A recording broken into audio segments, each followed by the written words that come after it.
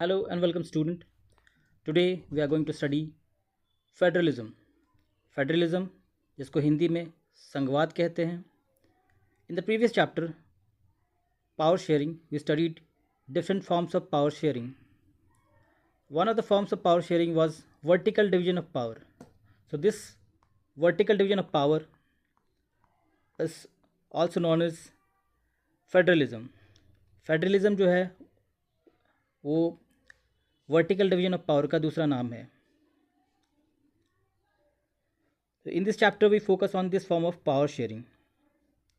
It is most commonly referred to as federalism. So firstly, in this chapter we will be describing federalism in general terms.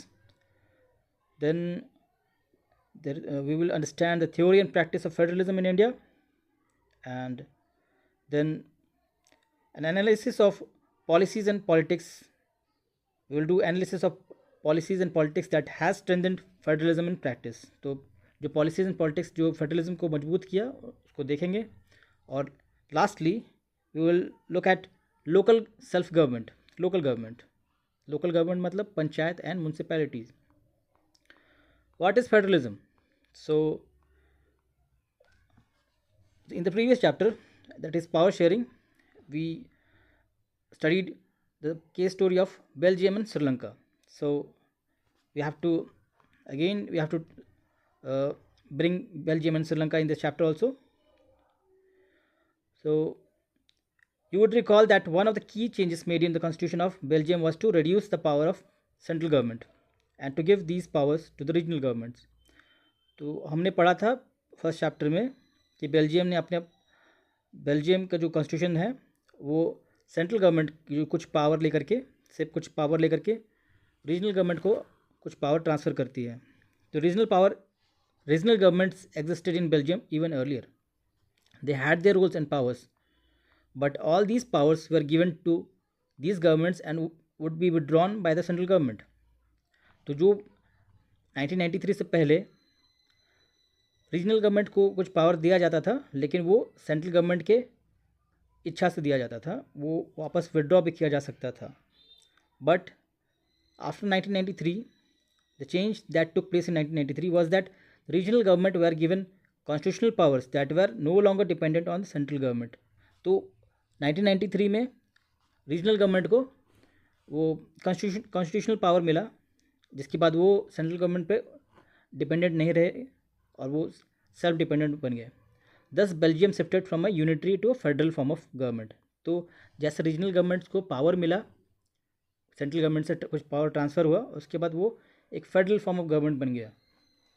Sri Lanka continues to be for all practical purposes a unitary system where the national government has all the powers. Tamil leaders want Sri Lanka to become a federal system. तो जैसे हमने first chapter में पढ़ा था कि Tamil leaders जो कि minority में थे, उनको काफ़ी इग्नोरेंस का सामना करना पड़ा था, उनके हालातों को पूरा इग्नोर किया गया था. तो वो चाहते थे कि फेडरल सिस्टम हो और उनको अपना रीजनल ऑटोनॉमी मिले और वो खुद को सेल्फ गवर्नेंस कर सके. Federalism is a system of government in which power is divided between a central authority and various constituent units of country. तो यहाँ पर फेडरलिज्म का डेफिनेशन है. क्या डेफिनेशन है कि फेडरलिज्म जो है वो एक सिस्टम ऑफ गवर्नमेंट है जिसमें पावर जो है एक सेंट्रल अथॉरिटी जो पूरी कंट्री के लिए होती है, फॉर द होल कंट्री जो होती है सेंट्रल गवर्नमेंट, और जो वेरियस कॉन्स्टिट्यूएंट यूनिट्स होती हैं जैसे स्टेट्स या फिर उसको प्रोविंसेस बोलेंगे, उनमें पावर डिवीजन होता है. और ये पावर डिवीजन कौन करता है? कॉन्स्टिट्यूशन करती है. कंट्री का कॉन्स्टिट्यूशन जो है वो पावर डिवाइड कर देती है. तो इसको फेडरलिज्म बोलते हैं. यहाँ पावर डिवीजन होता है, वर्टिकल डिवीजन ऑफ पावर, तो इसको बोलते हैं federalism. Usually a federation has 2 levels of government. तो मतलब कम से कम एक फेडरेशन का 2 लेवल ऑफ गवर्नमेंट होता है, कम से कम. One is the government for the entire country that is usually responsible for a few subjects of common national interest. तो जो सेंट्रल गवर्नमेंट होती है वो पूरे एंटायर कंट्री के लिए होती है और वो उन सब्जेक्ट्स को देखती है जिसमें पूरा कॉमन नेशनल इंटरेस्ट होता है. नेशनल इंटरेस्ट कॉमन होता है सबका. The other are The governments at the level of provinces or states that look after much of day-to-day administering of their state. तो और जो छोटी जो जो जो लोअर गवर्नमेंट होती है वो है स्टेट गवर्नमेंट्स और प्रोविंशियल गवर्नमेंट। तो वो day to day activities administration के लिए उनको कुछ पावर्स दिया गया होता है, जो अपना रीजनल लेवल पे अपना वो लॉज बनाती है और रूल करती है। Both this levels of government enjoy their power independent of other. So both this level of government, central government and the state government, are independent of each other. They are not answerable to any other. Okay, तो यहाँ पर जो एक map है, जो federal political system की एक map है, जिस पे जो रेड कलर जो दिख रहा है कंट्री, वो एक फेडरल कंट्री है, और जो नॉन रेड है जो कि वाइट कलर में जिसको देख सकते हैं आप, वो है non federal country. Okay, unitary country है। तो फेडरल जो पॉलिटिकल सिस्टम है वो कहाँ कहाँ है? Canada, USA, Russia, India, Brazil, Argentina, ये सारे, ऑस्ट्रेलिया, सारे बड़े बड़े कंट्री हैं और जिनका एरिया काफ़ी बड़ा है। So their states and provinces are also larger in area. So though only 25 of the world's 193 countries have federal political system, their citizens make up 40% of the world population। तो जो यहाँ पर दिया गया है कि 25 कंट्रीज़ जो है 193 कंट्रीज़ में वो फेडरल पॉलिटिकल सिस्टम चलाती हैं, लेकिन उनका जो सिटीजन्स है वो वर्ल्ड के पॉपुलेशन के कितने बराबर है? 40% ऑफ द वर्ल्ड पॉपुलेशन है। तो most of the large countries of the world are federations. तो जो बड़ी बड़ी जो कंट्रीज़ हैं वो फेडरेशन है, except one, that is China. So can you notice an exception to this rule in this map? So exception यहाँ China है, जो जिसका एरिया बहुत बड़ा है, पर वो यूनिटरी कंट्री है, वो फेडरल कंट्री नहीं है। उसके पास भी अपना प्रोविंसेस और स्टेट्स हैं, पर वो स्टेट्स को ऑटोनॉमी नहीं दी है। तो उसका स्टेट है, प्रोविंसेस है, वो सेंट्रल अथॉरिटी के अंदर काम करती है, सेंट्रल गवर्नमेंट के अंडर काम करती है, उनका खुद का एक पॉलिटिकल ऑटोनॉमी नहीं है। So China is not a federal country. In this sense federations are the contrasted with unitary government. तो जो फेडरेशन और यूनिटरी गवर्नमेंट है एक दूसरे के अपोजिट होती है। Under the unitary system either there is only one level of government or the sub units are subordinate to the central government. जो यूनिटरी सिस्टम होता है वो फेडरल सिस्टम के अपोजिट होता है। तो उसमें क्या होता है कि एक ही लेवल का गवर्नमेंट होता है, एक ही लेवल का गवर्नमेंट जो कि पूरा एंटायर कंट्री के लिए होता है, और कोई सब यूनिट्स नहीं होता है। या फिर अगर सब यूनिट्स होगा तो वो subordinate to the central government होगा। जो सब यूनिट्स है, स्टेट्स है, प्रोविंसेस है, वो आंसरेबल टू किसको होगा? सेंट्रल गवर्नमेंट के। Central government can pass an order to the provincial और लोकल गवर्नमेंट। तो सेंट्रल गवर्नमेंट यहाँ पर प्रोविंशियल और लोकल गवर्नमेंट को ऑर्डर पास कर सकती है, अपने इच्छा से काम करवा सकती है। But in a federal system the central government can not order the state government to do something. State government has powers of its own for which it is not answerable to the central government. तो state government के पास अपना powers होती हैं federal system में, और वो उसके लिए वो सेंट्रल गवर्नमेंट को आंसरेबल नहीं है। Both these governments are separately answerable to the people. तो फेडरल सिस्टम में जो संघवाद सिस्टम है, संघवाद सिस्टम में जो होती है कि जो सेंट्रल गवर्नमेंट है और स्टेट गवर्नमेंट वो अपने आप मतलब ऑटोनोमस होते हैं। They are not answerable to each other, they are answerable to the people, क्योंकि उनको वोट दे के जिताए हैं। So let us look at some of the key features of federalism. Federalism का क्या की फीचर्स है जिससे हम पहचान सकते हैं कि फेडरलिज्म है? देयर आर 2 और मोर लेवल्स ऑफ गवर्नमेंट। तो फेडरलिज्म में 2 या उससे ज़्यादा लेवल्स ऑफ गवर्नमेंट होंगे। फिर सेकेंड पॉइंट है different tyres of government govern the same citizens but each tyre has its own jurisdiction in specific matters of legislation, taxation and administration.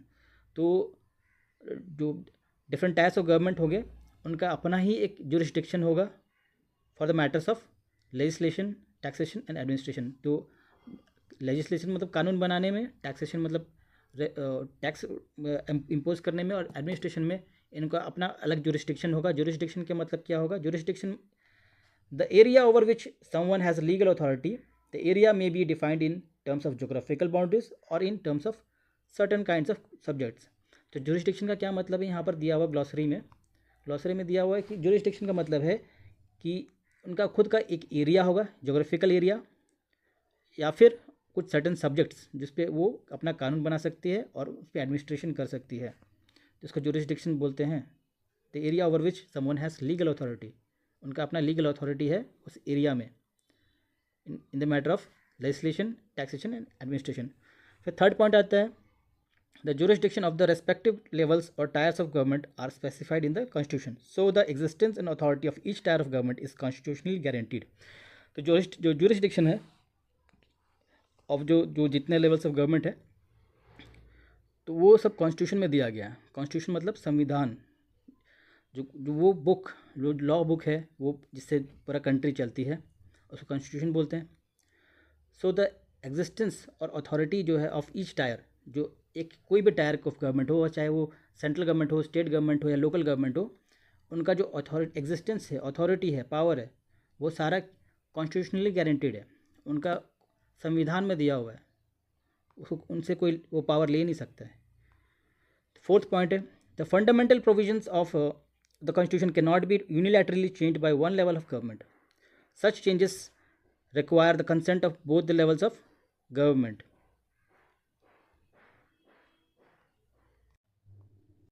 So the fundamental provisions जो है constitution में दिया गया है, वो यूनिलैटरली मतलब खुद से कोई भी अपनी मर्जी से चेंज नहीं कर सकता एक लेवल ऑफ गवर्नमेंट. उनको जो चेंज करने के लिए कंसेंट चाहिए दोनों लेवल का गवर्नमेंट के लिए, चाहे वो स्टेट लेवल ऑफ गवर्नमेंट और जो सेंट्रल लेवल ऑफ गवर्नमेंट, दोनों मिल के ही वो प्रोविजंस चेंज कर सकते हैं. कॉन्स्टिट्यूशन का जो प्रोविजंस है उसको चेंज कर सकते हैं. फिफ्थ पॉइंट आता है, courts have the power to interpret the constitution and the powers of different levels of government. जो कोर्ट्स होता है, सुप्रीम कोर्ट, हाई कोर्ट, इन्हीं के पास पावर होता है, वो कॉन्स्टिट्यूशन को इंटरप्रेट कर सकते हैं, कॉन्स्टिट्यूशन का मतलब को समझ सकते हैं. And the powers of different levels of government, तो क्या पावर किसका है वो कौन इंटरप्रेट करेगा? Courts, high court and supreme court. The highest court act as an umpire if disputes arise between different levels of government in the exercise of their respective power. Highest court कौन है? Supreme court. वो umpire बनती है if the dispute arise between different levels of government. अगर state government और central government के बीच में अगर कुछ कन्फ्लिक्ट होती है तो उसमें अंपायर कौन बनेगा? Supreme court. ठीक है, हाईएस्ट कोर्ट बनेंगे उसका अंपायर, वो डिसाइड करेंगे कि किसका पावर क्या है. The sources of revenue for each level of government are clearly specified to ensure financial autonomy. तो जो भी पैसा आएगा उसका सब क्लियरली मैंशनड है कॉन्स्टिट्यूशन में कि किसको कहाँ से टैक्स रेवेन्यू उठाना है. तो ये फाइनेंशियल ऑटोनॉमी देने के लिए ये ज़रूरी है. ये सिक्स्थ पॉइंट था. सेवेंथ पॉइंट है, the federal system thus has dual objective. जो फेडरल सिस्टम का दो ऑब्जेक्टिव है, टू गोल्स है, to safeguard and promote unity of the country while at the same time accommodate regional diversity. तो the federal system का क्या दो मुख्य गोल्स हैं, तो लक्ष्य क्या है? दो, वो है to safeguard and promote unity of the country. जो कंट्री का जो यूनिटी है उसको सेफ गार्ड करना है, यूनिटी और ज़्यादा मतलब कंट्री को यूनाइटेड करना है, मजबूत करना है. While at the same time जो रीजनल डाइवर्सिटी, जो रीजनल जो विविधताएँ हैं, ठीक है, क्षेत्र विविधताएँ हैं, उनको अपने में एकोमोडेट भी करना है, उनको संभाल के भी रखना है. Therefore two aspects of are crucial for the institutions and practice of federalism. तो ये जो बोथ जो है एस्पेक्ट है वो बहुत इंपॉर्टेंट है. क्या? कि to safeguard the unity and to promote the unity, at the same time we also have to accommodate the regional diversity, क्योंकि इंडिया बहुत ही डाइवर्स कंट्री है, बहुत डिफरेंट सारे लैंग्वेजेस और कल्चर्स हैं एक साथ रहती है. तो सारे को एकोमोडेट करके रखना है, किसी को ओवर पावर नहीं करना है, सब सारे को एकोमोडेट करके सबको रेस्पेक्ट करना है. ये फेडरल सिस्टम का मुख्य लक्ष्य है, जो उनका डुअल ऑब्जेक्टिव्स है. So government at different levels should agree to some rules of power sharing. तो पावर शेयरिंग पे जो गवर्नमेंट्स होंगे, central government, state governments, local government, वो आपस में एग्री रहेंगे, तो ये गवर्नेंस आसानी से हो पाएगा. ठीक है, शासन अच्छा से हो पाएगा। They should also trust that each would abide by its part of agreement. तो ये आपस में भरोसे की बात है कि वो लोग एक दूसरे को रेस्पेक्ट करेगा, रूल्स को रेस्पेक्ट करेगा, तो वो an ideal federal system has both aspects, mutual trust and agreement to live together. जो बेस्ट फेडरल सिस्टम क्या होगा, आइडियल फेडरल सिस्टम, बेस्ट सबसे बढ़िया फेडरल सिस्टम क्या होगा, जहाँ पर दोनों म्यूचुअल ट्रस्ट है, जो लोअर गवर्नमेंट और हायर गवर्नमेंट के बीच में म्यूचुअल ट्रस्ट है, एक दूसरे पर भरोसा है और एग्रीमेंट है कि साथ में वो रह सके। The exact balance of power between the central The exact balance of power between central and the state government varies from one federation to another. तो अलग अलग फेडरेशन का अलग बैलेंस ऑफ पावर है, किसी में ज़्यादा मिलता है, किसी में कम बैलेंस ऑफ पावर है, distribution of power, sorry. This balance depends mainly on the historical context in which federation was formed. So किस तरह से क्या बैलेंस ऑफ पावर है वो देखते हैं, और ये किस पर डिपेंड करता है, वो हिस्टोरिकल कंटेक्स्ट पर डिपेंड करता है, किस तरह से फेडरेशन बना था। ये डिपेंड करता है कि कितने बैलेंस ऑफ पावर है, कितना पावर शेयरिंग हो पा रहा है। ये हिस्टोरिकल कंटेक्स्ट पर डिपेंड करता है कि क्या हिस्ट्री रही थी फेडरेशन बनने में।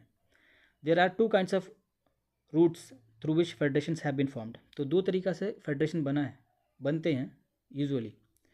द फर्स्ट रूट क्या है, involves independent states coming together on their own to form a bigger unit. So that is by pooling sovereignty and retaining identity, they can increase their security. This type of coming together federation includes the USA, Switzerland and Australia. तो ये first route क्या है, when independent states coming together on their own to form a bigger unit. तो अपनी मर्जी से ही जो states थे वो आपस में मिल करके एक बड़े कंट्री बनाते हैं, एक बिगर यूनिट बनाते हैं। So that bye pooling sovereignty, sovereignty pooling मतलब पूलिंग करके और अपने आइडेंटिटी को रिटेन करते हैं और साथ में अपनी सिक्योरिटी को इंक्रीज़ कर जाते हैं। जो डिफरेंट स्टेट्स थे, पहले इंडिपेंडेंट स्टेट्स थे, वो आपस में आकर के मिला करके एक बड़ी कंट्री का निर्माण करते हैं। This type of coming together federation includes, ये जो कमिंग टुगेदर फेडरेशन है इसमें एग्जाम्पल क्या है, USA, स्विट्ज़रलैंड, ऑस्ट्रेलिया, ठीक है। इसमें स्टेट्स आपस में आकर मिल करके एक बड़े कंट्री का निर्माण करते हैं। In this first category of federation all the constituent states usually have equal powers and are strong vis vis federal government. तो जैसे अमेरिका में, USA में, क्योंकि कॉन्स्टिट्यूंट स्टेट्स जो है वो अपनी मर्जी से आकर के एक फेडरेशन बनाए थे, तो इसलिए स्टेट्स का अपना ही इक्वल पावर्स होता है, सारे स्टेट्स का अपना इक्वल पावर होता है और वो फेडरल गवर्नमेंट के बराबर ही स्ट्रेंथ रखते हैं। They are equally strong as the federal government. और सेकेंड रूट क्या है, दूसरा मेथड क्या है, the second route is where a large country decides to divide its power between constituent states and the national government. तो दूसरा root तरीका क्या है फेडरेशन बनने का, जिसमें एक बड़ी कंट्री होती है जो एडमिनिस्ट्रेशन पर्पस के लिए अपनी कंट्री को कॉन्स्टिट्यूंट स्टेट्स में डिवाइड करते हैं। जैसे India, Spain and Belgium are example of this kind of holding together federation. ये होल्डिंग टुगेदर फेडरेशन है। इसमें पहले बड़ी कंट्री रहती है जो अपने आप को छोटी कॉन्स्टिट्यूंट यूनिट्स में डिवाइड करती है। In this second category the central government tends to be more powerful vis the states. तो इन द सेकेंड ये होल्डिंग टुगेदर फेडरेशन है। होल्डिंग टुगेदर फेडरेशन के एग्जाम्पल्स है इंडिया, स्पेन एंड बेल्जियम। इसमें क्या होता है कि पहले बड़ी कंट्री थी, वो अपने को डिवाइड करके छोटी छोटी कॉन्स्टिट्यूंट यूनिट्स बनाती है, जिसके पास कुछ ऑटोनोमस पावर्स होते हैं।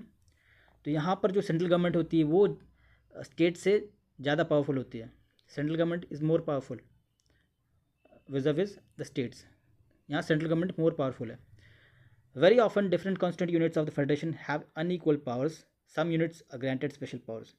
तो यहाँ पर क्या है कि वेरी ऑफन मतलब हमें अधिकतर समय में जो डिफरेंट कॉन्स्टिट्यूंट यूनिट्स है of federation have unequal powers. यहाँ पर जैसे कि हम लोग कमिंग टुगेदर फेडरेशन बनाए थे, वहाँ पर सारे स्टेट्स का इक्वल पावर था।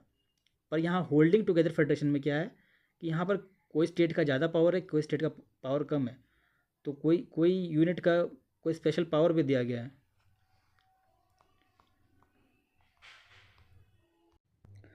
Some Nepali citizens were discussing the proposals on the adoption of federalism in their new constitution. This is what some of them said.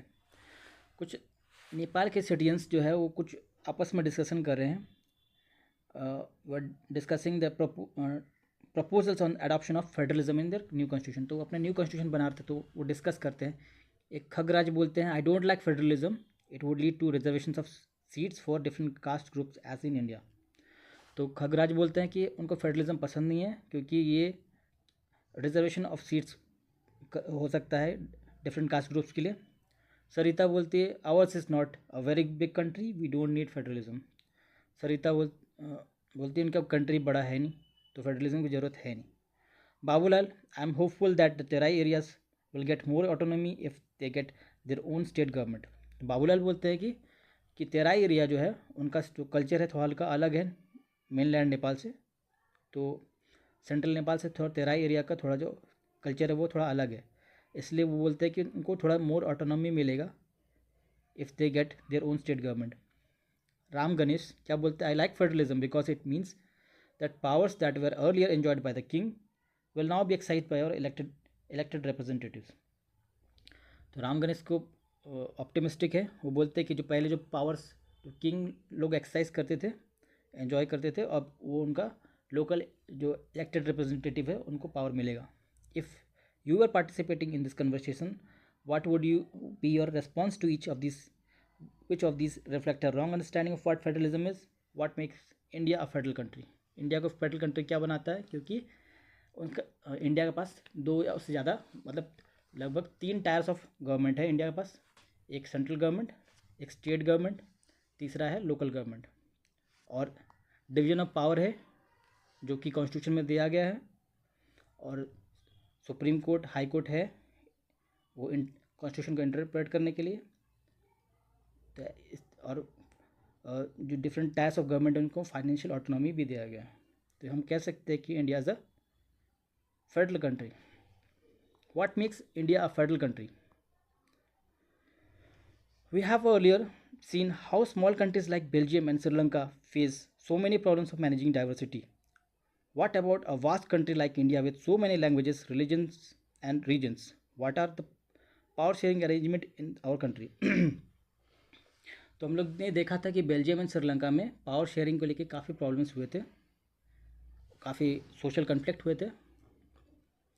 और जैसे जबकि हमारे जो इंडिया है वो बहुत बड़ी कंट्री है, वास्ट कंट्री है, जिसमें बहुत ढेर सारे लैंग्वेजेस बोले जाते हैं, रिलीजन भी बहुत सारे हैं, और रीजन्स अलग अलग रीजन्स हैं जिसका अलग अलग कल्चर है. What are the power sharing arrangements in our country? हमारे यहाँ पावर शेयरिंग अरेंजमेंट क्या है जो कि कॉन्स्टिट्यूशन में दिया है. Let us begin with the constitution. तो कॉन्स्टिट्यूशन में हम लोग देखते हैं कि किस तरह से पावर शेयरिंग किया गया है. India has emerged as an independent nation after painful and bloody partition. Soon after independence, several princely states became a part of the country. The constitution declared India as a union of states. Although it did not use the word federation, Indian union is based on the principles of federalism. तो हमारे constitution में सब कुछ mention किया गया है किस तरह से पावर शेयरिंग किया गया है. तो हमारी हिस्ट्री क्या था? कॉलोनियल गवर्नमेंट, कॉलोनियल रूल थे हमारे यहाँ पर. उससे लड़ करके हमने काफ़ी खून बहा करके आज़ादी पाई और देश का पार्टीशन भी हुआ. और फिर सेम टाइम बहुत सारे प्रिंसली स्टेट्स थे जो हमारे कंट्री के पार्ट बने. तो जो कॉन्स्टिट्यूशन ऑफ इंडिया है वो डिक्लेयर करती है कि India is a union of states. वो फेडरेशन वर्ड का यूज़ नहीं करती है. कॉन्स्टिट्यूशन फेडरेशन वर्ड का यूज़ नहीं करती है, वो इंडिया को as a union of state declare करती है. India is a union of state. तो पर ये हमारे यहाँ ये फेडरल गवर्नमेंट है. कैसे पता चलता है हमें? ये क्योंकि हमारे जो कॉन्स्टिट्यूशन है वो जो प्रोविजंस है वो किसके बेसिस पे है? वो प्रिंसिपल्स ऑफ फेडरलिज्म के बेसिस पे है. एक पावर ऑफ डिवीजन हुआ है, कॉन्स्टिट्यूशन में मैंशनड है. Let us go back to the 7 features of federalism mentioned in above. We can see that all these features apply to the previous provisions of Indian Constitution. तो हमने जो 7 जो features देखा था फेडरलिज्म का कि more than one form of government, regional autonomy और financial autonomy, फिर उसके बाद जो कि कॉन्स्टिट्यूशन में मेंशन्ड है, शेयरिंग ऑफ पावर, और courts as a interpreter of constitution, ये सब फेडरलिज्म का संकेत करती है। The constitution originally provided for two tier system of government. जो इंडियन कॉन्स्टिट्यूशन थी वो जब बनी थी उस टाइम हमारे यहाँ पर two tier system of government की अनुमति थी, यूनियन गवर्नमेंट और what we call central government. Central government का दूसरा नाम क्या है? Union government, representing the union of India, and the state governments, वो स्टेट गवर्नमेंट्स अलग थी। तो दो फॉर्म ऑफ गवर्नमेंट थी जो कि कॉन्स्टिट्यूशनली मेंशन्ड थी जब बनी थी कॉन्स्टिट्यूशन। एक थी यूनियन गवर्नमेंट या सेंट्रल गवर्नमेंट बोल सकते हैं, और दूसरी थी state governments. Later on third tier of federalism was added. तो थर्ड टायर ऑफ फेडरलिज्म क्या था? Panchayats and municipalities were added in 1992-1993 in the forms of panchayats and municipalities. As in any federation, these different tiers enjoyed separate jurisdiction. तो jurisdiction हमने पढ़ा था कि जो area in which it has legal authority, ठीक है, या फिर वो जोग्राफिकल एरिया हो सकता है या फिर वो सब्जेक्ट वाइज जुरिस्डिक्शन हो सकती है। तो जितने टायर्स ऑफ गवर्नमेंट होते हैं उनका सेपरेट जुरिस्डिक्शन होता है। The constitution clearly provided a three fold distribution of legislative powers between union government and state governments. जो कॉन्स्टिट्यूशन जो है वो थ्री फोल्ड डिस्ट्रीब्यूशन किया था, वो लेजिस्लेटिव पावर को, जो कानून बनाने का जो पावर है उसको थ्री फोल्ड डिस्ट्रीब्यूशन किया गया यूनियन गवर्नमेंट और स्टेट गवर्नमेंट के बीच में। तो इट कंटेन्स थ्री लिस्ट, जो तीन लिस्ट बने कि कौन कानून बना सकता है। एक होता है यूनियन लिस्ट, दूसरा होता है state list, third is concurrent list. Union list क्या होता है? Include subjects of national importance such as defence of the country, foreign affairs, banking, communication and currency. They are included in this list because we need a uniform policy on these matter throughout the country. तो जो भी subjects में, जो भी topics में हम लोगों को यूनिफॉर्म पॉलिसी चाहिए थ्रू आउट द कंट्री, उनको यूनियन लिस्ट में रखा गया है। कौन कौन से टॉपिक्स? मतलब ढेर सारे टॉपिक्स है, एग्जाम्पल्स दिया गया है यहाँ पर। Foreign affairs, banking, communication, currency, defence of the country, इन सब को जो टॉपिक्स है उसको यूनियन लिस्ट में रखा गया है ताकि वहाँ पर वो यूनियन गवर्नमेंट या फिर यूनियन लेजिस्लेचर इन पे कानून बना सके, इन पे लॉज बना सके जो कि through out the country same होंगे। इनको बोलते हैं सब्जेक्ट्स ऑफ यूनियन लिस्ट। फिर स्टेट लिस्ट आता है। State list contains subjects of state and local importance. जो भी लोकल इंपॉर्टेंस के जो टॉपिक्स होते हैं, सब्जेक्ट्स होते हैं, उन पे स्टेट गवर्नमेंट या फिर स्टेट लेजिस्लेचर कानून बनाता है, such as police, trade, commerce, agriculture and irrigation. इन सारे टॉपिक्स में और भी टॉपिक्स है, इनको स्टेट लिस्ट में रखा गया। स्टेट लिस्ट में रखा गया है जो कि इनका कानून जो है वो स्टेट गवर्नमेंट या फिर स्टेट लेजिस्लेचर बनाते हैं, क्योंकि ये जो सब्जेक्ट्स है लोकल इंपॉर्टेंस के लिए इनका इनका मतलब कि पूरा कंट्री के लिए एक कॉमन लॉज नहीं चाहिए इनको, इसलिए। कॉन्करेंट थर्ड लिस्ट है। Concurrent list include subjects of common interest to both union government as well as the state government. तो ये कॉन्करेंट लिस्ट में जो भी सब्जेक्ट्स हैं उन पे यूनियन गवर्नमेंट या फिर स्टेट गवर्नमेंट्स कानून बना सकते हैं। टॉपिक्स क्या क्या हैं? टॉपिक्स है education, forest, trade unions, marriages, adoption and succession. तो जो एजुकेशन है वो कॉन्करेंट लिस्ट में आती है, थर्ड लिस्ट कॉन्करेंट लिस्ट में आती है। फॉरेस्ट भी कॉन्करेंट लिस्ट में आती है, ट्रेड यूनियंस कॉन्करेंट लिस्ट में आती है। इन सब टॉपिक्स पे यूनियन गवर्नमेंट या फिर स्टेट गवर्नमेंट्स अपना लॉज बना सकती है। Both the union as well as the state governments can make laws on the subjects mentioned in this list. Concurrent list जो थर्ड लिस्ट है उनमें जो भी टॉपिक्स है उन पर यूनियन और स्टेट गवर्नमेंट दोनों ही इस पर कानून बना सकती है। If their laws conflict with each other, the laws made by the union government will prevail. तो अगर जो कोई टॉपिक है कॉन्करेंट लिस्ट के, उसमें जो लॉज बनाया गया है यूनियन गवर्नमेंट और स्टेट गवर्नमेंट के द्वारा, दोनों के द्वारा बना हुआ है, तो जो भी अगर कन्फ्लिक्ट होंगे तो उसमें यूनियन गवर्नमेंट का जो लॉ है वो प्रिवेल करेगा। What about the subjects that do not fall in any of the three lists, or subjects like computer software that came up after constitution was made? According to our constitution, the union government has the power to legislate on these residual subjects. तो बहुत सारे जो subjects थे जो कि बाद में आए, जैसे कंप्यूटर सॉफ्टवेयर, वो कॉन्स्टिट्यूशन बनने के टाइम पे कंप्यूटर था नहीं, या फिर कंप्यूटर उतना प्रचलित नहीं था, उतना प्रिवेलेंट नहीं था, तो इसीलिए उन पर वो जो टॉपिक है कोई भी लिस्ट में नहीं है, तो इसलिए वो रेसिड्यूरी, उनको क्या किस कैटेगरी में रखा गया? रेसिड्यूरी सब्जेक्ट में। रेसिड्यूरी सब्जेक्ट का जो भी टॉपिक्स होंगे उन पे यूनियन गवर्नमेंट का अधिकार है लॉ बनाने का। We noted above the most federation that are formed by holding together do not give equal powers to its constituent units. Thus, all states in Indian Union do not have identical powers. तो जैसे हमने देखा कि दो तरह के federation थे, एक कमिंग टुगेदर फेडरेशन था, एक होल्डिंग टुगेदर फेडरेशन। इंडिया जो है वो होल्डिंग टुगेदर फेडरेशन है। होल्डिंग टुगेदर फेडरेशन मतलब पहले बड़ी कंट्री थी, उनको एडमिनिस्ट्रेशन पर्पज़ के लिए छोटी कॉन्स्टिट्यूंट यूनिट्स में डिवाइड किया गया है, ठीक है। तो यहाँ पर जो स्टेट्स बने हैं उनका सबका आइडेंटिकल पावर नहीं है, एक बराबर पावर नहीं है। So some states enjoy special status.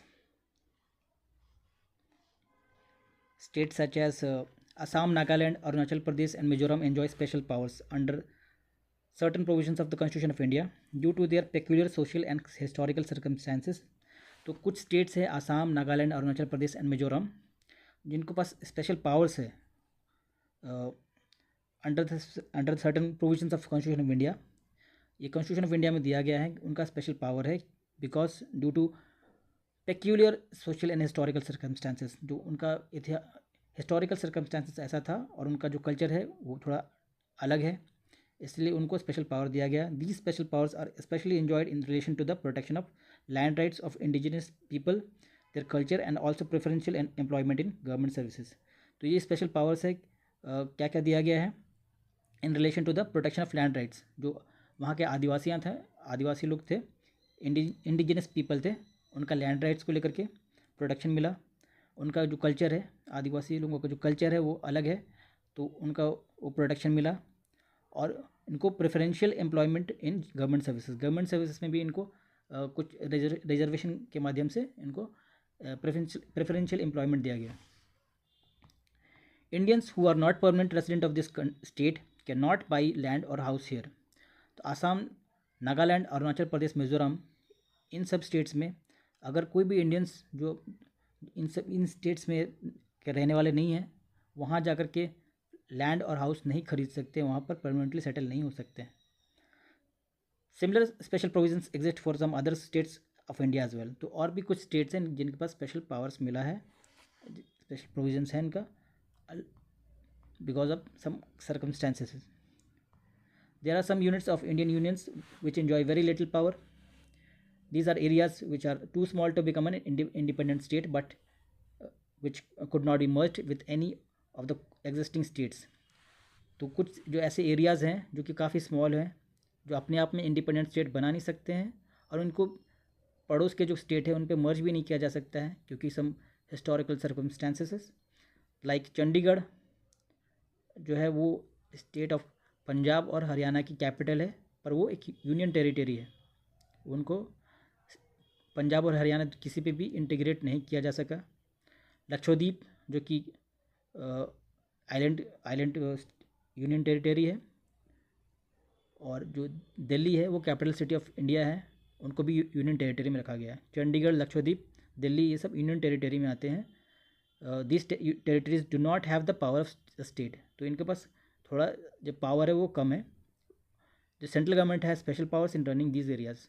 तो जो सेंट्रल गवर्नमेंट है वो उनके पास पावर है इन एरियाज़ को रन करने के लिए। This sharing of power between union government and state government is basic to the structure of constitution. It is not easy to make changes to this power sharing arrangement. तो जो power sharing arrangement है union government और state government के बीच में, वो basic structure of constitution कहलाती है। कॉन्स्टिट्यूशन का बेसिक स्ट्रक्चर है, उसको नहीं हटाया जा सकता है। The parliament can not on its own change this arrangement. Parliament अपनी मर्जी से इसको चेंज नहीं कर सकते हैं. Any changes to it has to be first passed by both the houses of parliament with at least two-third majority. Then it has to be ratified by the legislature of at least half of the total states. तो जो भी changes है, जो कुछ भी changes जो parliament लाना चाहती है जो ये पावर शेयरिंग अरेंजमेंट में, तो उनको पहले both the houses of parliament से पास करना पड़ेगा टू-थर्ड मेजॉरिटी से, और उसके बाद मतलब जितने टोटल स्टेट्स हैं उनके आधा, कम से कम इस 28 स्टेट्स है तो कम से कम 14 स्टेट से इनको अप्रूव भी कराना पड़ेगा, रेटिफाई कराना पड़ेगा स्टेट लेजिस्लेचर से, at least half of the total state legislatures से इनको रेटिफाई मतलब अप्रूव भी कराना पड़ेगा, तभी ये जो पावर डिवीजन है उस पर कुछ चेंजेस ला सकते हैं. The judiciary plays an important role in overseeing the implementation of constitutional provision and procedures. Judiciary है वो काफ़ी इंपॉर्टेंट रोल प्ले करते हैं इसमें. जो इम्प्लीमेंटेशन ऑफ कॉन्स्टिट्यूशनल प्रोविजन को इम्प्लीमेंट करने में जो ओवरसी कर रहे हैं, कौन ओवरसी कर रहे हैं, सुपरवाइज कौन कर रहा है, जुडिशरी. ठीक है. In case of any dispute about the division of power, अगर कोई डिस्प्यूट होता है डिवीजन ऑफ पावर को लेकर के, तो हाई कोर्ट और supreme court can make decision. तो हाई कोर्ट और सुप्रीम कोर्ट जो है वो इस पर मतलब ओवरसी कर सकती हैं कि अगर any dispute of division of power होता है तो between state government and central government. The union and state government have the power to raise resources by levying taxes in order to carry on the government and the responsibilities assigned to each of them. तो दोनों को ही union government and state government को power दिया गया है कि वो टैक्स उठा सकते हैं और अपना जो भी रिस्पॉन्सिबिलिटी है उनको मतलब कैरी ऑन कर सकते हैं. तो कुछ एक्टिविटी दिया गया है. Listen to one national and one regional news bulletin broadcast by All India Radio daily for 1 week. तो आपको एक एक्टिविटी दिया गया है कि आपको ऑल इंडिया रेडियो का जो न्यूज़ बुलेटिन होता है डेली आपको सुनना है, और एक होगा नेशनल बुलेटिन और एक होगा regional bulletin. Make a list of news items related to the government. तो फिर एक लिस्ट बनाना पड़ेगा न्यूज़ आइटम को किससे रिलेटेड. पॉलिसीज़ और decisions bye classifying this into following categories. तो जो भी पॉलिसीज़ और डिसीजंस होगा उसको आपको लिस्ट बनाना पड़ेगा. News item that relates only to the central government, news items that relate only to your or any other state government, news item about the relationship between the central and state government. तो आपको इसको list बनाना पड़ेगा all India radio का news bulletin सुन करके. ठीक है, activity करना होगा. फिर और कुछ दिया गया है. Pokhran, the place where India conducted its nuclear test lies in Rajasthan. Suppose the government of Rajasthan was oppose to the central government's nuclear policy, could it prevent the government of India from conducting the nuclear test. ठीक है. तो पोखरन जो है राजस्थान में पड़ती है, एक जगह है जहाँ पर न्यूक्लियर टेस्ट कैरी ऑन किया गया. तो क्या अगर गवर्नमेंट ऑफ राजस्थान अपोज करेगी तो क्या इस पर कुछ किया जा सकता है कि अगर वो चाहती है कि अगर अपने एरिया में अगर न्यूक्लियर टेस्ट नहीं करने देगी तो ऐसा हो सकता है क्या. Suppose the government of Sikkim plans to introduce new text books in its schools, but the union government does not like the style and the content of the new textbook. In that case, does the state government needs to take permission from the union government before these textbooks can be launched? तो जैसे हम जानते हैं कि education जो है वो concurrent list में है. कॉन्करेंट लिस्ट मतलब दोनों ही state government and union government law बना सकती हैं. तो इस पर अगर डिसएग्रीमेंट होता है तो स्टेट गवर्नमेंट को परमिशन लेना पड़ सकता है यूनियन गवर्नमेंट से. Suppose the chief minister of Andhra Pradesh, Chhattisgarh and Orissa have different policies on how their state police should respond to the Naxalites.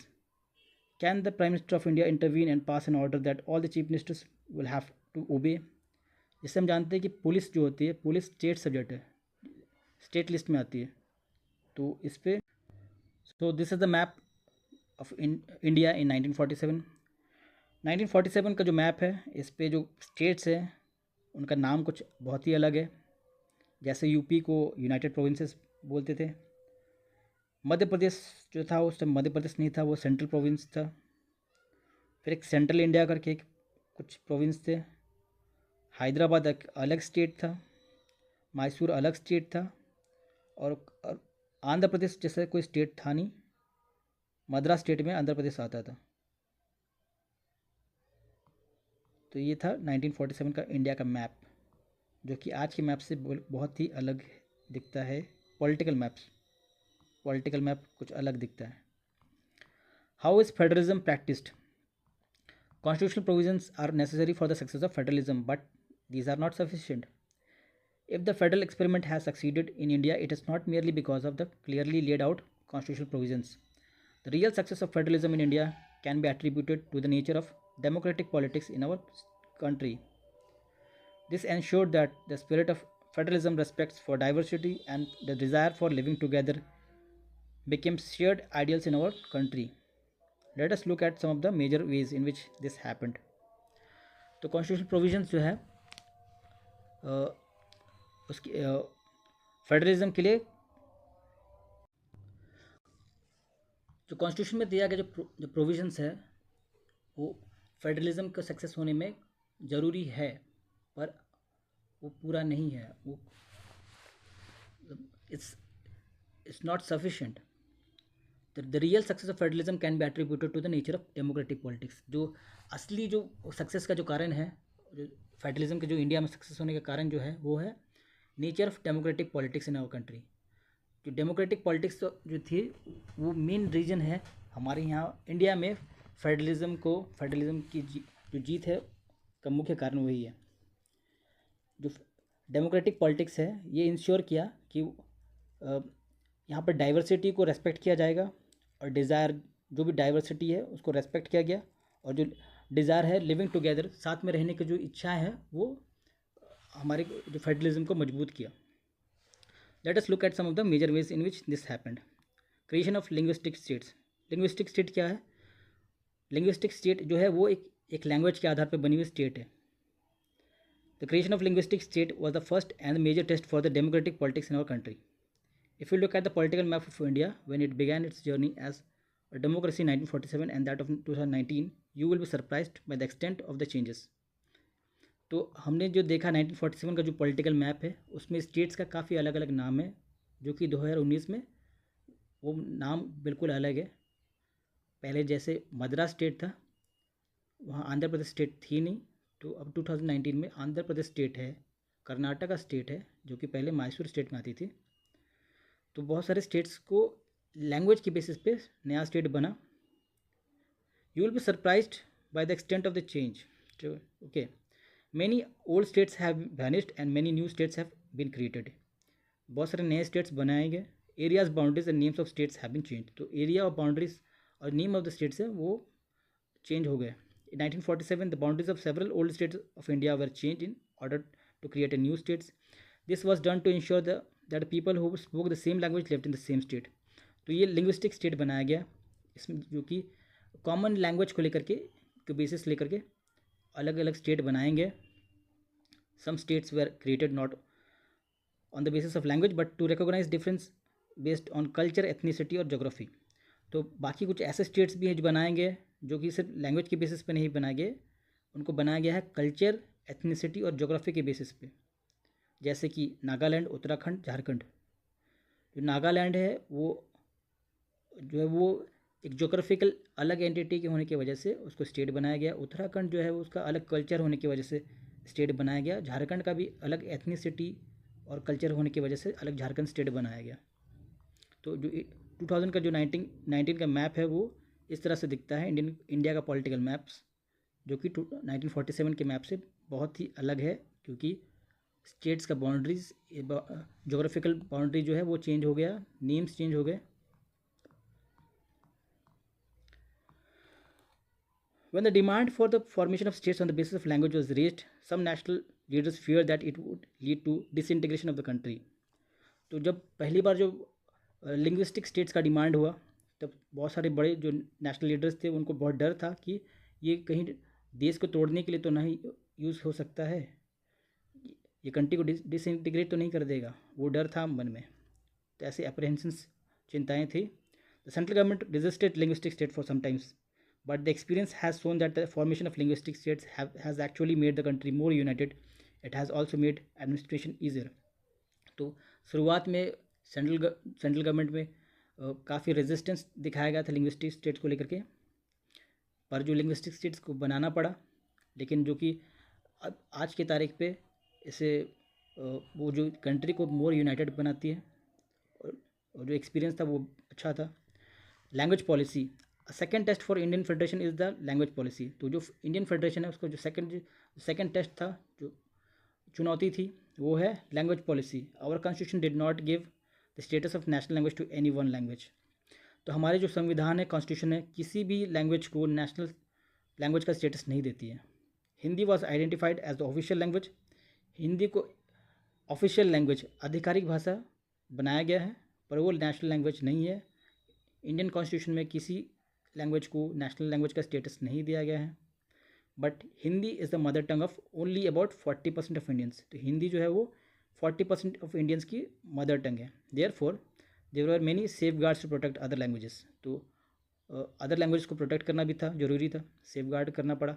Besides Hindi there are 22 others languages recognise as scheduled languages by the constitution. तो Indian constitution में 22 languages को scheduled language का दर्जा दिया गया है। A candidate in an exam conducted by the central government positions may opt to take the examination in any of these languages। तो जितनी सेंट्रल गवर्नमेंट की जो एग्ज़ाम्स होती है, तो उनमें जो कैंडिडेट है वो 22 लैंग्वेजेस में से 22 लैंग्वेजेस में से वो अपना एग्ज़ाम दे सकते हैं। States to have their own official language. जो स्टेट्स की होती है अपनी ऑफिशियल लैंग्वेज अलग लिस्ट होती है।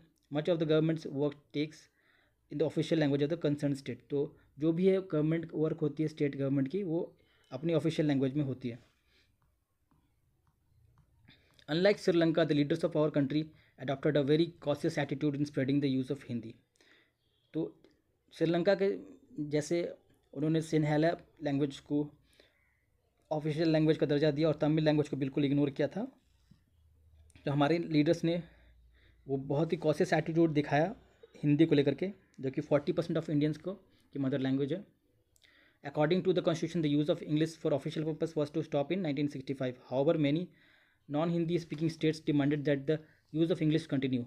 तो जो इंग्लिश लैंग्वेज को लेकर के क्या बात हुई कि जो कॉन्स्टिट्यूशन में दिया गया कि इंग्लिश लैंग्वेज को ऑफिशियल पर्पस के लिए 1965 तक यूज़ कर सकते हैं, लेकिन 1965 के बाद इंग्लिश लैंग्वेज को so many non Hindi speaking states demanded that the use of Hindi English continue. तो 1965 के बाद भी इंग्लिश जो लैंग्वेज है कुछ स्टेट्स की डिमांड पे वो कंटिन्यू यूज़ हुआ ऑफिशियल लैंग्वेज के तौर पे।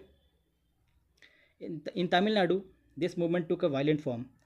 तो तमिलनाडु में ये जो मूवमेंट था, जो लैंग्वेज मूवमेंट था, वो काफ़ी वायलेंट हो गया, काफ़ी लड़ाई झगड़ा हो गया। The central government responded by agreeing to continue the use of English along with Hindi for official purpose. तो जितना ये तमिलनाडु में काफ़ी वायलेंस हुआ था, इस वजह से सेंट्रल गवर्नमेंट को 1965 के बाद भी इंग्लिश को ऑफिशियल पर्पस के लिए यूज़ करने के लिए मतलब परमिशन मिल गया। मैनी क्रिटिक्स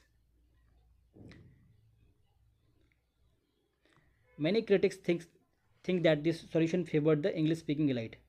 तो बहुत सारे जो एक्सपर्ट है वो सोचते हैं कि जो इंग्लिश स्पीकिंग जो एलाइट होता है, जो रिच पीपल, एजुकेटेड पीपल है, उनको इसका फ़ायदा हुआ। Promotion of Hindi continues to be official policy of the government of India. तो अभी भी जो official policy of government of India है कि वो हिंदी को प्रमोट करना चाहती है।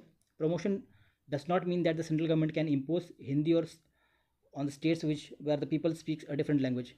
तो गवर्नमेंट ऑफ इंडिया ये हिंदी को प्रमोट करना चाहती है, पर ये इसका मतलब ये नहीं है कि वो दूसरे स्टेट पे वो हिंदी इम्पोज करना चाहते हैं, वो बस हिंदी को प्रमोट करना चाहते हैं government of India.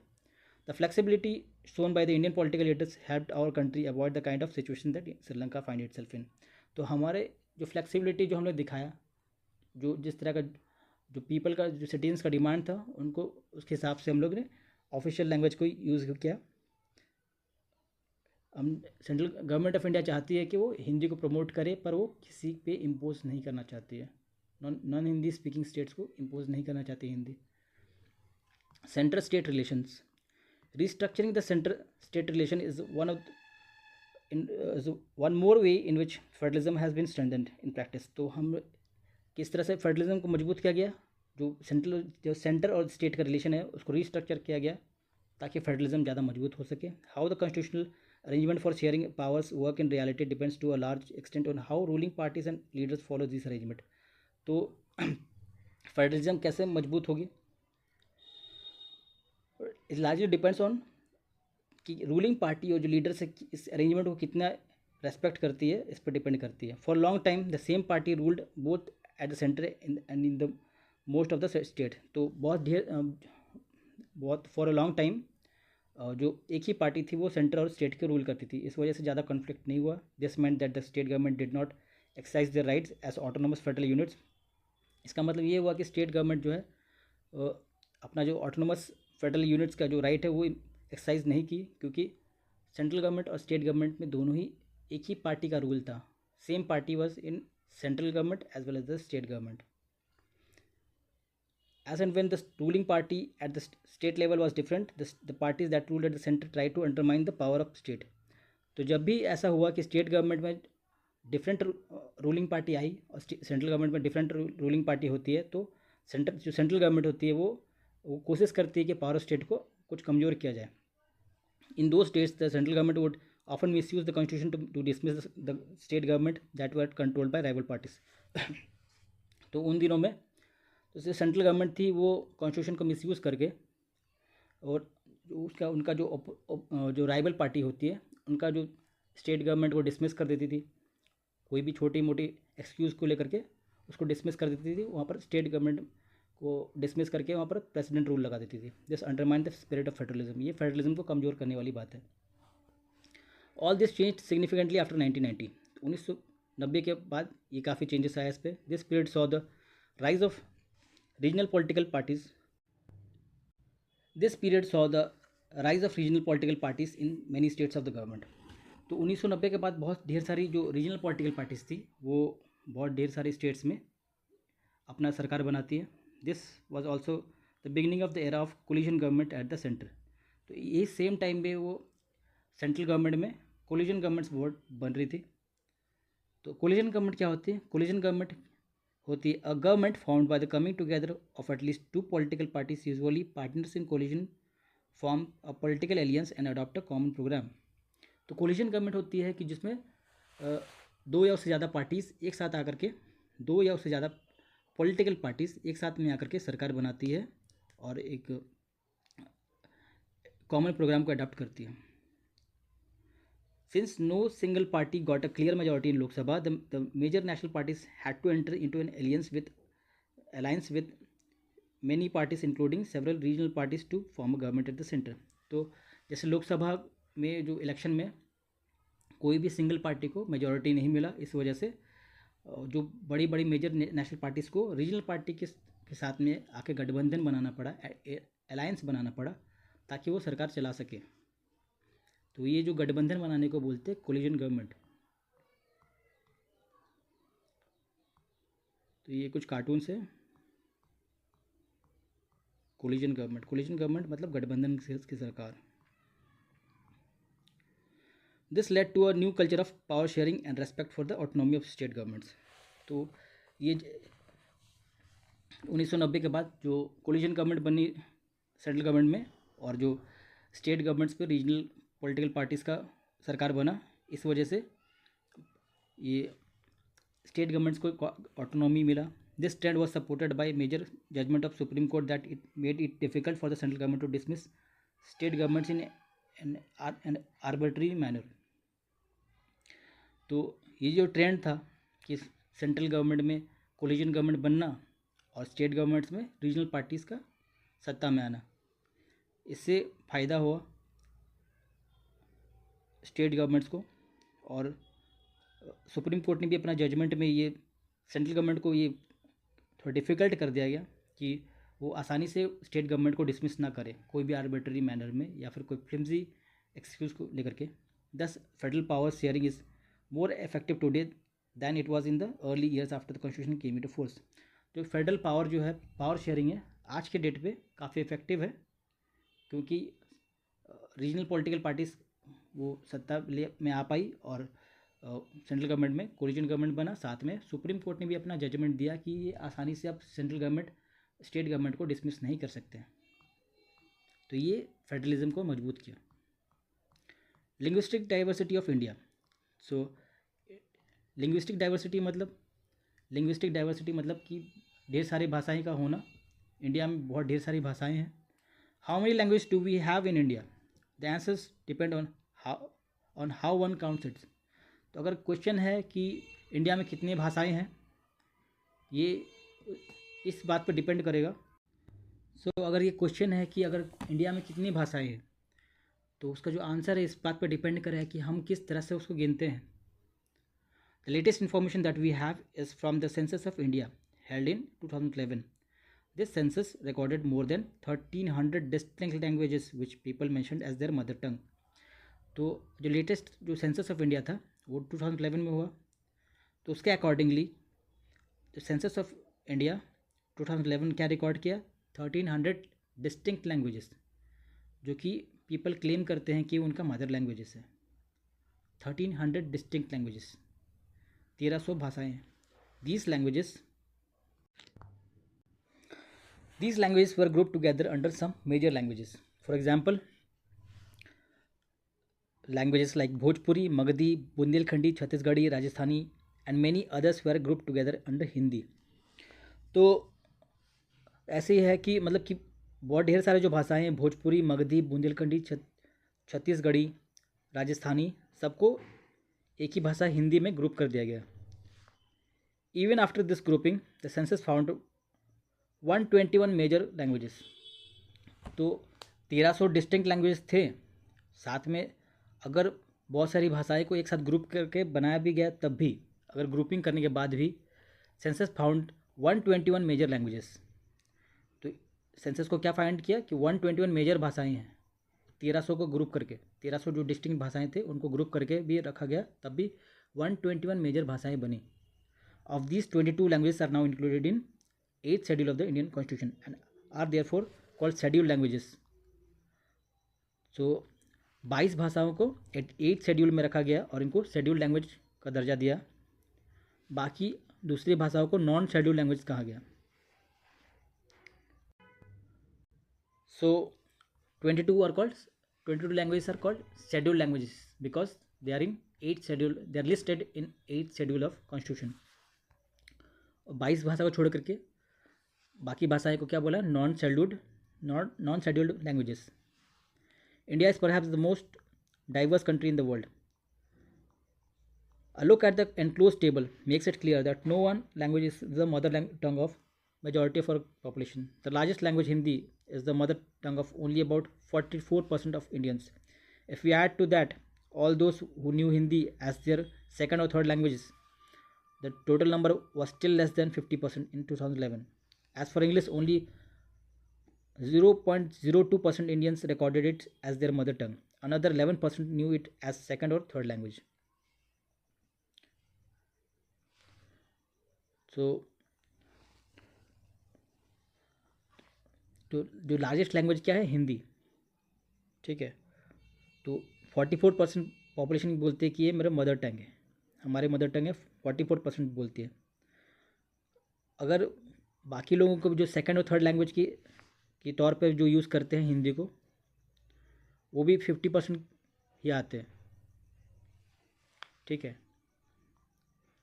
So read this table carefully but you need not memorise it, just do the following. तो इसको रीड करेंगे. ये सारे शेड्यूल्ड लैंग्वेजेस हैं. ठीक है. Make a bar or a pie chart on the basis of this information. आपको bar और पाई चार्ट बना सकते हैं. Prepare a map of linguistic diversity of India by shading regions of where each of these languages spoken on the map of India.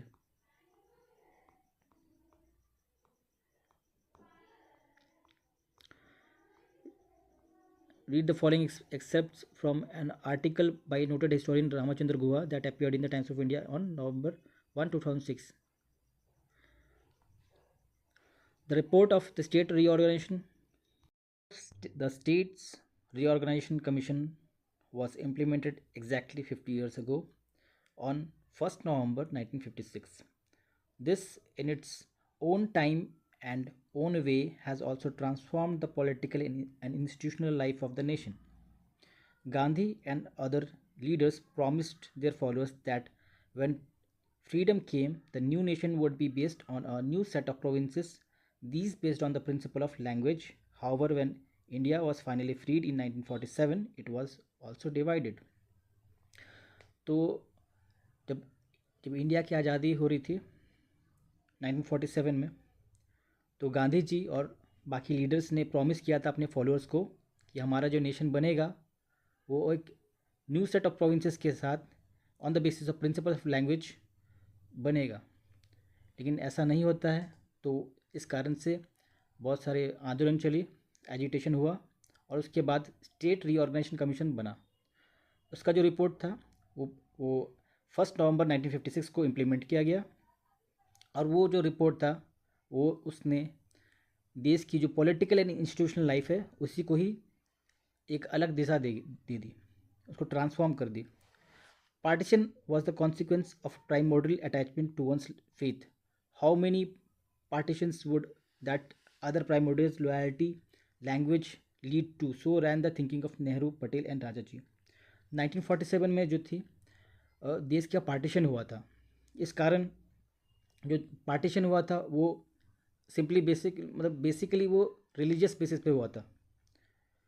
Pakistan, waste Pakistan, east Pakistan बना था, देश का partition हुआ था on the basis of religion. तो इस कारण से नेहरू, पटेल एंड राजा जी सभी को चिंता था, वो लोग चिंतित थे कि जो बेसिक जो लॉयल्टी होती है लैंग्वेज या रिलीजन के बेसिस पे जो डिवीज़न हो रही है, तो ऐसे तो देश का पूरा विभाजन हो जाएगा। तो far from undermining Indian unity, linguistic states have helped strengthen it. It has prove to be perfectly consistent to be Kannadiga and Indian, Bengali and Indian, Tamil and Indian, Gujarati and Indian. To be sure, these states based on language sometimes quarrel with one another. तो linguistic states जो कि states बनी थी language के आधार पर, language के basis पे बनी थी, तो वही डर था सबको कि वो देश को ना डिसइंटीग्रेट करके तोड़ दे, लेकिन ऐसा नहीं हुआ। इसके उलट इंडियन यूनिटी को ये मजबूती देती है, ये देश की मजबूती को देश को यूनाइटेड रखती है। और अभी जो है ये चलता है कि कोई कन्नडिगा है और साथ में इंडियन भी है, कोई बंगाली है साथ में इंडियन भी है, कोई तमिल है और साथ में इंडियन भी है, और गुजराती है और साथ में इंडियन भी है। तो ये अभी कंसिस्टेंट है, कोई दिक्कत नहीं है किसी को कि वो अपना स्टेट का भी है, वो इंडिया का भी है। तो लेकिन अभी भी लैंग्वेज के बेसिस पे क्वारल होती है, झगड़ा होता है। While these disputes are not pretty, they could in fact have been for worse. तो ये जो लैंग्वेज के बेसिस पे जो डिस्प्यूट्स होते हैं वो अच्छा तो नहीं है, पर ये उससे भी बुरा हो सकता था अगर लिंग्विस्टिक स्टेट्स नहीं बनती तो। It is the formation of linguistic states that has allowed India to escape what might have been a worse fate still. If the sentiments of the native speakers of Telugu, Marathi, etc. had been disregarded, what we might have here was one language, 14 or 15 nations. तो अगर हम लोग भी regional language को disregard करके सिर्फ एक language को इम्पोज करते तो ऐसा होता कि वन लैंग्वेज होता और यह यहाँ 14-15 नेशंस की वजूद होती। पर लिंग्विस्टिक स्टेट्स बनने की वजह से इंडिया को ज़्यादा मजबूती मिली है और इससे हमें फ़ायदा हुआ है। Take the example of your own state or any other state that was affected by linguistic reorganisation. Write a short note for और against the argument given by the author here on the basis of that example. तो अगर आपकी जो state या फिर कोई और state अगर लिंग्विस्टिक रीऑर्गेनाइजेशन से जो कि भाषा के आधार पर बनी हुई है, तो इस पर आप शॉर्ट नोट लिख सकते हैं फॉर और अगेंस्ट द आर्गूमेंट, ठीक है, और शॉर्ट नोट्स लिखा जा सकता है इस पर। डिसेंट्रलाइजेशन इन इंडिया, तो जैसे हमने पढ़ा कि फेडरल गवर्नमेंट जो होती है, फेडरल गवर्नमेंट होती है उसमें एटलीस्ट 2 टायर ऑफ गवर्नमेंट बनती है। हमारे यहाँ 3 टायर ऑफ गवर्नमेंट है। तो हम लोग यहाँ पर डिसेंट्रलाइजेशन क्या है देखते हैं कि जैसे India we have so far discuss 2 tiers of government in our country. 2 tiers क्या था? सेंट्रल गवर्नमेंट और एक state government. But a vast country like India can not be run only through these 2 tiers. States in India are as large as independent countries of Europe. तो state in India का area इतनी बड़ी है कि वो independent country of Europe से भी बड़ी है.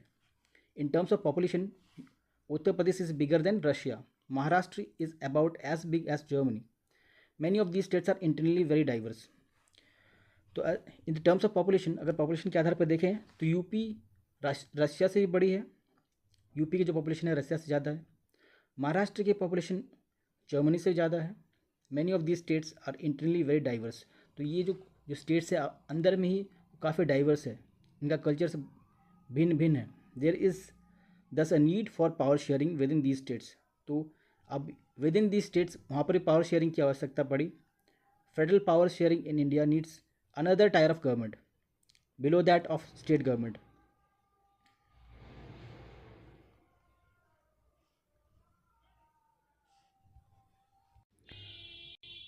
जैसे कि हमने देखा कि इंडिया के बहुत सारे स्टेट्स की जो एरिया है वो यूरोप की बहुत सारी इंडिपेंडेंट कंट्री की एरिया से भी बड़ी है.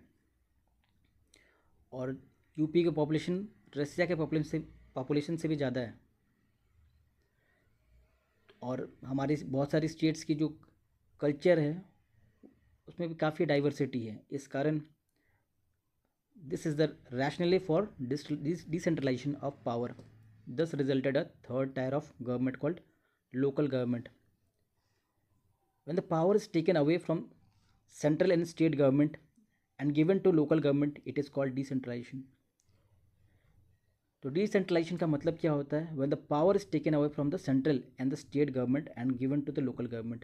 जब power central government and state government से लेकर के हम लोग लोकल गवर्नमेंट को दे देते हैं, इसको बोलते हैं decentralisation. The basic idea behind the decentralisation is that there are a large number of problems and issues which are best settled at local level. People have better knowledge of problems in their society, their localities. They also have better ideas on where to spend money and how to manage things more efficiently. Besides, at the local level, it is possible for the people to directly participate in decision making. This helps to inculcate a habit of democratic participation. Local government is the best way to realize our one important principle of democracy, namely local self government. तो basic जो idea है decentralisation का कि बहुत सारे large number of problems है, issues है which can be best settled at local level. क्योंकि पीपल को अपनी प्रॉब्लम्स की ज़्यादा अंडरस्टैंडिंग है, better knowledge of problems in the localities. They also have better ideas on where to spend money. उनको अपना प्रॉब्लम्स की अच्छी जानकारी है और वो जानते हैं कि कहाँ बेस्ट हम लोग मनी को स्पेंड कर सकते हैं, how to manage things more efficiently. At local level it is possible for people to directly participate in decision making. अब डिसीजन मेकिंग में डायरेक्टली पार्टिसिपेट भी कर सकते हैं. तो और ये डेमोक्रेटिक पार्टिसिपेशन के लिए अच्छा भी है, बढ़िया हैबिट हम लोग इनकलकेट कर रहे हैं. Local government is the best way to realise one important principle of democracy called namely local self-government. The need for decentralization was recognized in our constitution. Since then, there have been several attempts to decentralize powers to the levels of village and town.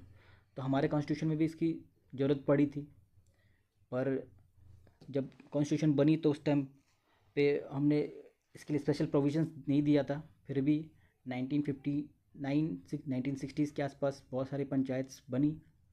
Panchayats in villages and municipalities in urban areas were set up in all the states.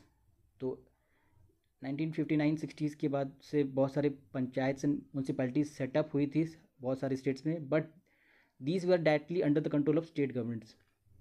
तो ये सारे जो पंचायत्स और municipalities बनी थी वो state governments के under control थे.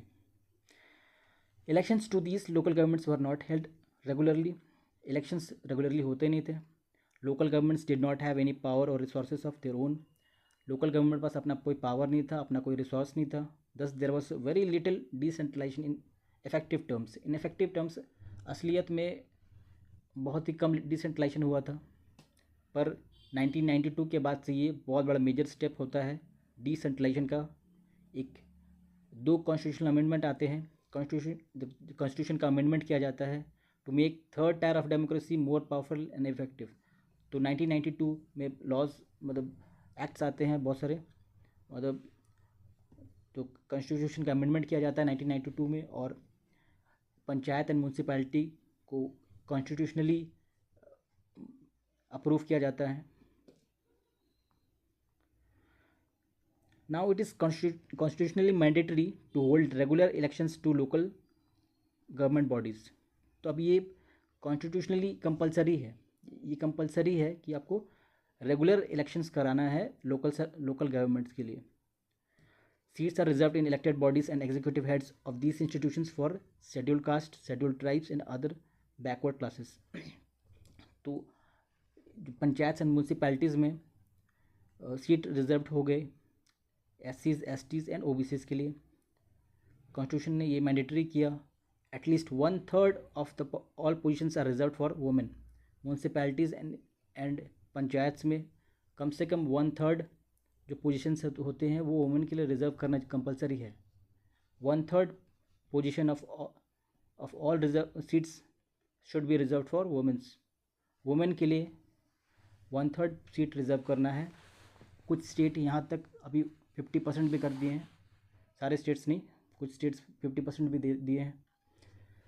An independent institution called State Election Commission has been created in each state to conduct panchayat and municipal election। तो एक इंडिपेंडेंट संस्था बनी स्टेट इलेक्शन कमीशन हर स्टेट में, जो कि पंचायत एंड म्यूनसिपल इलेक्शंस को कंडक्ट करेगी। The state governments are required to share some powers and revenue with local government. The nature of sharing varies from state to state. तो state government की ये compulsory किया गया कि सम पावर्स, उसका requirement थी कि सम पावर और रेवेन्यू अब लोकल गवर्नमेंट्स का शेयर करना है। तो ये 1992 के अमेंडमेंट के बाद ये सारा पॉसिबल हो पाया कि अब रेगुलर इलेक्शन होगा, सीट रिजर्व होंगे और एक इंडिपेंडेंट संस्था स्टेट इलेक्शन कमीशन बना और आपको पावर और रेवेन्यू का शेयर किया गया, डिवीजन किया गया। Rural local government is popularly known by the name panchayati raj. तो जो रूरल लोकल गवर्नमेंट था उनका पॉपुलरली क्या बोलते हैं, पंचायती राज। Each village or a group of village in some states has a gram panchayat. तो हर गांव या फिर ग्रुप ऑफ गांव जो विलेजेस हैं उसको एक ग्राम पंचायत बनाया गया। This is a council consisting of several ward members often called panch. जो ग्राम पंचायत होता है is a council, gram panchayat एक काउंसिल है जिसमें सेवरल वार्ड मेंबर्स होते हैं जिसको पंच कहते हैं, और जो प्रेसिडेंट होता है ग्राम पंचायत का उसको सरपंच बोलते हैं। They are directly elected by all the adult population living in that ward और विलेज। तो जितने भी एडल्ट पॉपुलेशन है उस वार्ड में और विलेज में वो डायरेक्टली इलेक्ट करते हैं पंच और सरपंच को। It is a decision making body for the entire village. जो ग्राम पंचायत होता है is a decision making body for the entire village. पूरे गांव का वो डिसीजन मेकिंग बॉडी होता है। The panchayat works under the overall supervision of gram sabha. जो ग्राम पंचायत होता है किसके अंडर सुपरविजन में काम करता है, ग्राम सभा। ग्राम सभा कौन है, ग्राम सभा वो बॉडी है जिसमें जो ग्राम की जो पंचायत के सारे वोटर्स को मिलाकर जो ग्राम सभा बनता है। सारे वोटर्स जो पंचायत में जो जितने वोटर्स हैं सारे वोटर को मिला के ग्राम सभा बनता है, उस बॉडी को ग्राम सभा कहते हैं। All the voters in the village are its member.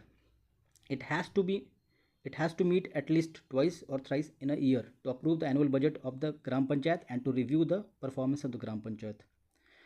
तो ग्राम सभा को एटलीस्ट 2 से 3 बार इन अ ईयर आपको मीटिंग करना है ताकि आप एनुअल बजट को अप्रूव कर सके और ग्राम पंचायत का जो वर्क है उसको रिव्यू कर सके।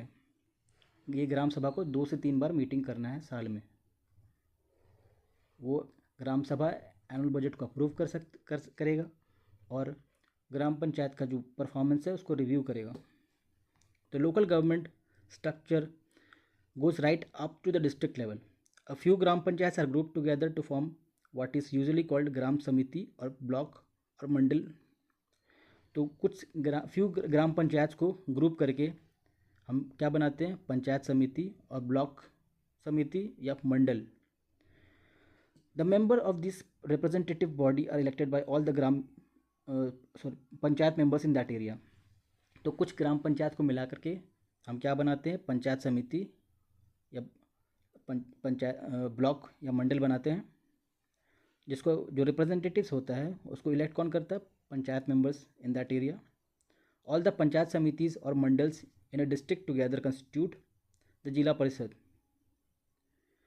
तो जितने पंचायत समितिज होते हैं, मंडल्स होते हैं डिस्ट्रिक्ट में, वो सब मिलाकर क्या बनाते हैं, जिला परिषद या डिस्ट्रिक्ट परिषद।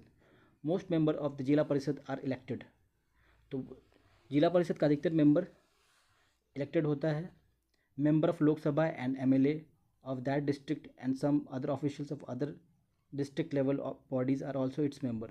जिला परिषद में मेंबर्स को इलेक्ट किया जाता है, साथ में एमपी और एमएलए उस डिस्ट्रिक्ट जिला के उस डिस्ट्रिक्ट के एमपी और एमएलए और अदर डिस्ट्रिक्ट लेवल बॉडीज़ के जो ऑफिशियल होते हैं इस जिला परिषद के मेंबर होते हैं।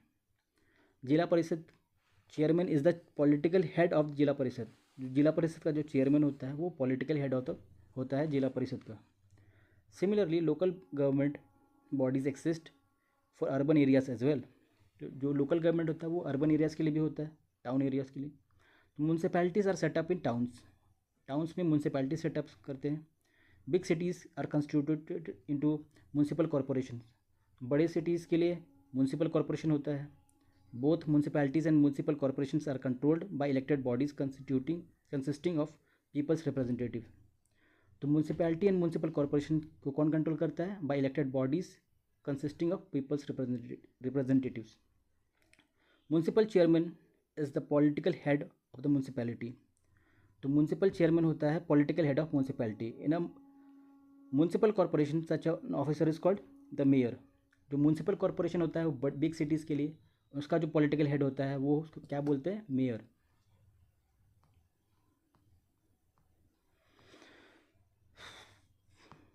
An experiment in Brazil. A city called an experiment in Brazil.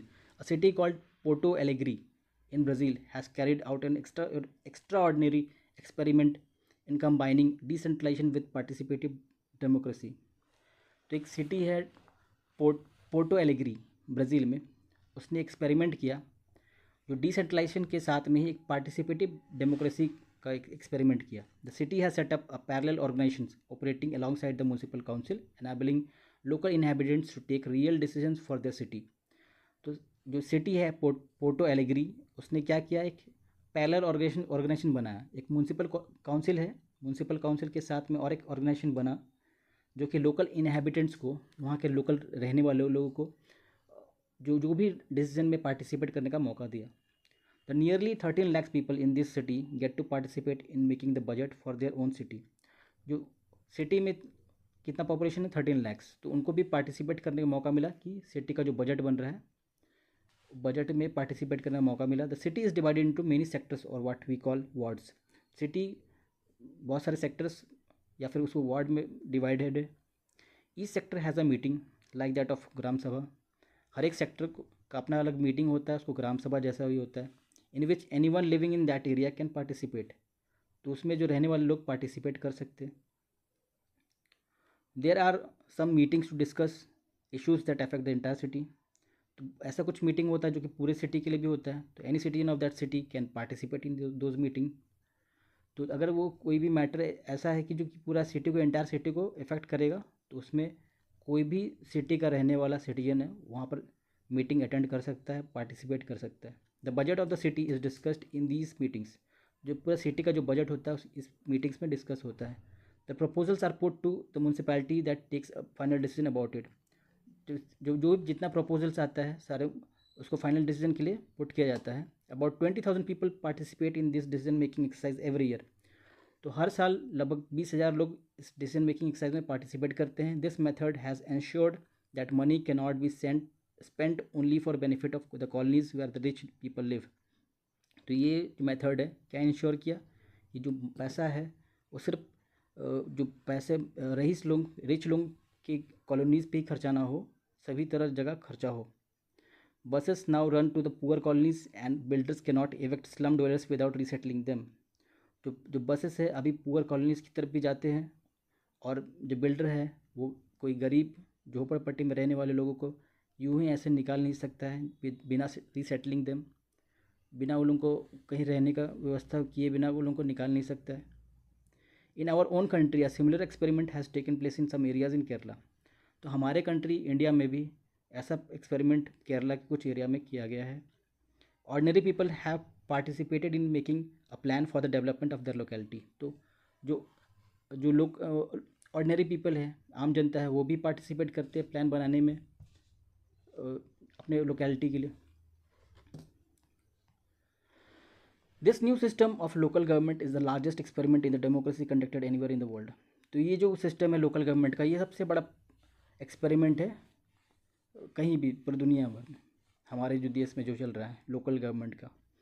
There are now about 36 lakh elected representatives in panchayat and municipalities etcetera all over the country. हमारे देश में करीबन 36 लाख इलेक्टेड रिप्रेजेंटेटिव्स हैं, सारे पंचायत और म्यूनसिपैलिटीज़ को मिला करके। This number is bigger than the population of many countries in the world. तो ये जो 36 लाख इलेक्टेड रिप्रेजेंटेटिव्स हैं हमारे देश में पंचायत और म्यूनसिपैलिटीज़ में, जो मुखिया और जो जितने लोग रहते हैं 36 लाख लोग इलेक्टेड रिप्रेजेंटेटिव्स हैं, ये यही बहुत सारी कंट्रीज़ के पॉपुलेशन से भी ज़्यादा है। Constitutional status for the local government has help to deepen democracy in our country. तो जो कॉन्स्टिट्यूशनल स्टेटस मिला लोकल गवर्नमेंट को, इससे क्या हुआ, क्या फ़ायदा हुआ कि ये जो डेमोक्रेसी को अंदर तक मजबूत किया है, has help to deepen democracy in our country. It has also increased women's participation and voice in our country democracy. तो ये वुमेन पार्टिसिपेशन को इंक्रीज़ किया है और उनका वॉइस को भी बढ़ाया है हमारे डेमोक्रेसी में। At the same time there are many difficulties, और एट द सेम टाइम और भी बहुत सारी डिफ़िकल्टीज़ है। While the elections are held regularly and enthusiastically, gram sabha are not held regularly. तो इलेक्शंस तो होते हैं टाइम पर, लेकिन ग्राम सभा का जो मीटिंग है वो रेगुलरली नहीं होता है, जो कोई 2 या 3 बार हर एक साल होना चाहिए, ताकि वो एनुअल बजट को अप्रूव किया जा सके और जो भी काम हो रहा है उसको रिव्यू किया जा सके। Most state governments have not transferred significant power to the local governments. तो बहुत सारे जो स्टेट गवर्नमेंट्स है अपना जो पावर है जो वो ट्रांसफ़र नहीं किए हैं लोकल गवर्नमेंट को, nor have they given adequate resources. ना ही उनको ज़्यादा मतलब एडिक्वेट पैसा नहीं मिलता है। We are thus still a long way from realising the ideal of self government. तो अभी भी हम लोग काफ़ी दूर हैं सेल्फ गवर्नमेंट का जो आइडियल को रियलाइज़ करने से। Find out about the local government in the village or town you live in. If you live in a village, find out the names of the following: your panch or ward member, your sarpanch, your panchayat samiti, the chairperson of your jila parishad. Also find out when did the last meeting of gram sabha take place and how many people took part in that. तो आप कोई गांव में रहते हैं तो आपको ये एक्टिविटी करना चाहिए कि आप अपना पंच, वार्ड मेंबर का नाम जानें, आप सरपंच को जाने, आपके जो पंचायत समिति उसको जाने, और आपका जो जिला परिषद का जो चेयरपर्सन है उसका भी नाम जाने। और ये भी पता करें कि आपका ग्राम सभा का मीटिंग होती है कि नहीं और कितने लोग उसमें पार्टिसिपेट करते हैं। ग्राम सभा का मतलब है all the voters of that panchayat. If you live in an urban areas, find out the name of municipal councillor and the municipal chairperson और मेयर। तो अगर आप शहर पे रहते हैं तो आपको म्यूनसिपल काउंसलर का नाम जानना चाहिए और म्यूनसिपल चेयरपर्सन कौन है, और या फिर आपका बड़े सिटी में रहते हैं तो म्यूनसिपल कॉरपोरेशन का मेयर को क्या नाम पता करना चाहिए। Also find out about the budget of your municipal corporation, municipality and major items on which the money was spent. तो आप अपना एरिया का जो म्यूनसिपल कॉरपोरेशन है या फिर म्यूनसिपैलिटी है उसका जो बजट का बारे पता करें और कैसे पता करें कि कितना पैसा इस पर खर्चा हुआ।